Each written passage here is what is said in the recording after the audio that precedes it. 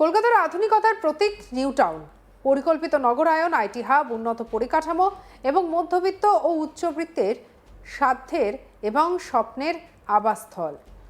সেই নিউ টাউনের বুকে যদি জন্ম নেয় ভয়ের এক দৃশ্য, এক অদৃশ্য সাম্রাজ্য, যেখানে আইনের ফাঁক গলে একজন ব্যক্তি দখল করে নেয় বাড়ি, হুমকি দেয় বাসিন্দাদের এবং বছরের পর বছর ধরে চালিয়ে যায় গুন্ডাগিরি, তাহলে তার নিছক একটি অপরাধের ঘটনা নয়, বরং একটি বৃহত্তর সামাজিক এবং প্রশাসনিক ব্যর্থতার প্রতিফলন। মালদার কালিয়াচক কাণ্ডে অভিযুক্ত মোফাক্কিরুল ইসলাম গ্রেপ্তারের পর একের পর এক যে তথ্য সামনে আসছে তা এই প্রশ্নই তুলছে, কিভাবে একজন আইনজীবী যিনি আদালতের ভাষা এবং আইনের কাঠামো সম্পর্কে ওয়াকিবহাল, তিনিও আইনকে পাশ কাটিয়ে একাধিক জায়গায় নিজের আধিপত্য কায়েম করতে পারলেন। নিউ টাউনকে সাধারণত আমরা দেখি উন্নয়নের প্রতীক হিসেবে, কিন্তু প্রতিটি শহরেই কিছু অদৃশ্য স্তর থাকে, যেখানে ক্ষমতা, ভয় এবং নীরবতা মিলে তৈরি হয় এক ভিন্ন বাস্তবতা।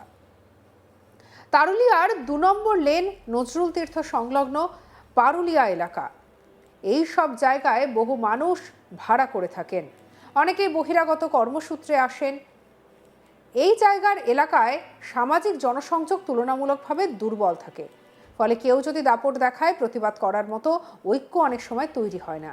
আর এই পরিস্থিতিকে কাজে লাগিয়ে মোফাক্কিরুল ইসলাম, এমনটাই অভিযোগ যে তিনি এটাকেই কাজে লাগিয়েছেন। ২০১৪ সালে একটি বাড়ি ভাড়া নিয়ে নিউ টাউনে বসবাস শুরু করেন মোফাক্কিরুল।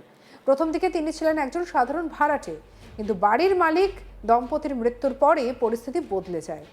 অভিযোগ অনুযায়ী ভাড়াটেদের ওপরে, অর্থাৎ সহ ভাড়াটেদের ওপরে চাপ সৃষ্টি করতে থাকেন, প্রাণনাশের হুমকি দিতে থাকেন, ধীরে ধীরে পুরো বাড়ির নিয়ন্ত্রণ নিজের হাতে নিয়ে নেন।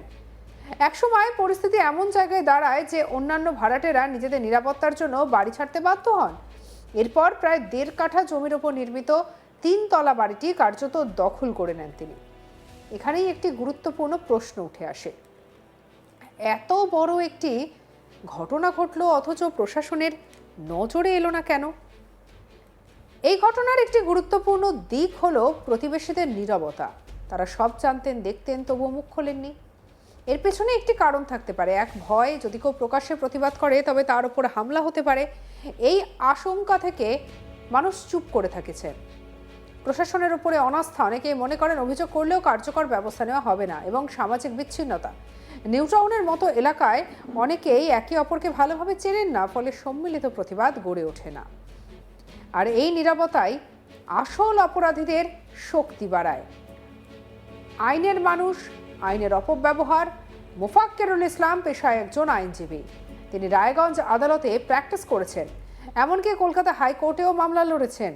এখানেই সব থেকে বড় বৈপরীত্য, যিনি আইন জানেন তিনি যদি আইন ভাঙেন তাহলে তার সমাজের জন্য আরও বিপজ্জনক, কারণ তিনি জানেন কোথায় আইনের ফাঁক রয়েছে, কিভাবে প্রমাণ নষ্ট করতে হয়, কিভাবে অভিযোগ এড়ানো যায়।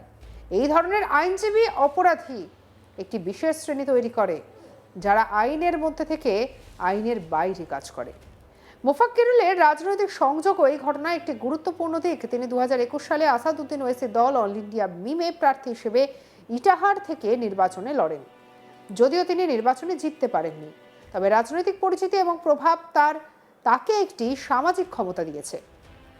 স্থানীয়ভাবে পরিচিত এবং পরিচিতি বৃদ্ধি, সমর্থকদের একটি নেটওয়ার্ক তৈরি, প্রশাসনিক স্তরে যোগাযোগের সম্ভাবনা, এই সব কিছু মিলিয়ে তিনি একটি অপ্রকাশ্য ক্ষমতা কাঠামো তৈরি করতে পেরেছে।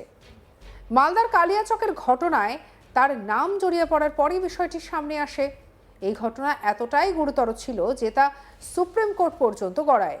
আর এই প্রেক্ষাপটে নিউ টাউনের ঘটনাটি আরও তাৎপর্যপূর্ণ হয়ে ওঠে। এটি দেখায় একই ব্যক্তি বিভিন্ন জায়গায় একই ধরনের আধিপত্য কায়েম করেছিলেন। গ্রেপ্তার হওয়ার পর মোফাক্কিরুলের প্রতিক্রিয়া ছিল উল্লেখযোগ্য। তিনি সমাজ মাধ্যমে লেখেন, আপনারা ভালো থাকুন। এই বার্তা একাধিকভাবে ব্যাখ্যা করা যায়। তিনি আত্মবিশ্বাসী যে আইনি লড়াইয়ে বেরিয়ে আসবেন, এটি একটি রাজনৈতিক বার্তা, বা এটি তার সমর্থকদের উদ্দেশ্যে একটি সংকেত। এই ধরনের প্রতিক্রিয়া দেখায় তিনি নিজেকে শুধুমাত্র একজন অভিযুক্ত হিসেবে দেখছেন না, বরং একজন প্রভাবশালী ব্যক্তি হিসেবে ভাবছেন। গ্রেপ্তারের পর আরও একটি চমকপ্রদ ঘটনা ঘটে। ফেসবুক লাইভে এসে নিজের বক্তব্যে জানান মোফাক্কিরুল ইসলাম। যেখানে তিনি দাবি করেন ভোটার তালিকা থেকে নাম বাদ যাওয়ার প্রতিবাদে তিনি আন্দোলনে অংশ নিয়েছিলেন। তার কথায় নাম বাদ যাওয়া ভোটারদের প্রতিবাদে ছিলাম বলেই আমাকে বাগডোগরা বিমানবন্দর থেকে গ্রেপ্তার করা হয়েছে। আপনারা ভালো থাকুন। তিনি ঠিক কি বলেছিলেন শুনুন।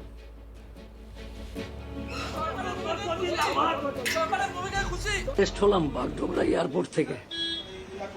ভোটার ডিলিট হয়ে গেছিল, তার প্রতিবাদের ওইখানে ছিলাম বলে অ্যারেস্ট হলাম বাগডোগরা এয়ারপোর্ট থেকে। এসআইআর এর নাম করে যে সমস্ত মুসলিম মানুষদের ভোটার করে দিয়েছে বা ডিলিট করেছে, যাদের নাম হয়নি, তাদের আন্দোলনে সহযোগিতা করতে গিয়ে, যদিও ওই আন্দোলনটা আমি করিনি, আমি কলকাতা থেকে আলিপুরদুয়ার যাচ্ছিলাম, ওই আন্দোলনের পাশ দিয়ে যাচ্ছিলাম, সেখানে বক্তব্য দেওয়ার কারণে আমার জন্য কোনো জজ সাহেব অ্যারেস্টও ছিল না আর আটকও ছিল না। আমি ন্যাশনাল দিয়ে আসছিলাম, আর ঘটনা ঘটেছে মোথাবাড়িতে, তার জন্য অ্যারেস্ট হলাম আর কি। বাগডোগরা এয়ারপোর্টে মামলার কাজে যাচ্ছিলাম ওইখান থেকে। এখন বাগডোগরা থেকে বাগডোগরা থানায় যাব, থানা থেকে তারপরে হয়তো মালদা বা বিভিন্ন জায়গায় নিয়ে যাবে। মানে বেশ কিছু দিনের জন্য আপনাদের কাছ থেকে চলে গেলাম। ভালো থাকুন আপনারা সকলেই।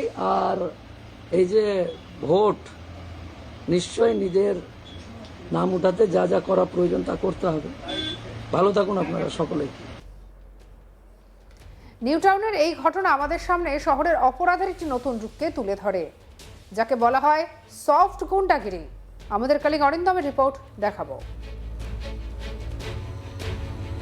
মালদার কালিয়াচক কাণ্ডের মূল অভিযুক্ত মোফাক্কেরুল ইসলাম, তিনি কিন্তু তার পরিবার সহ থাকতেন নিউ টাউনে। নিউ টাউনের তারুলিয়া সেকেন্ড লেন, সেখানেই কিন্তু একটি বাড়ি, সেই বাড়িতেই কিন্তু তিনি তার স্ত্রীকে নিয়ে থাকতেন।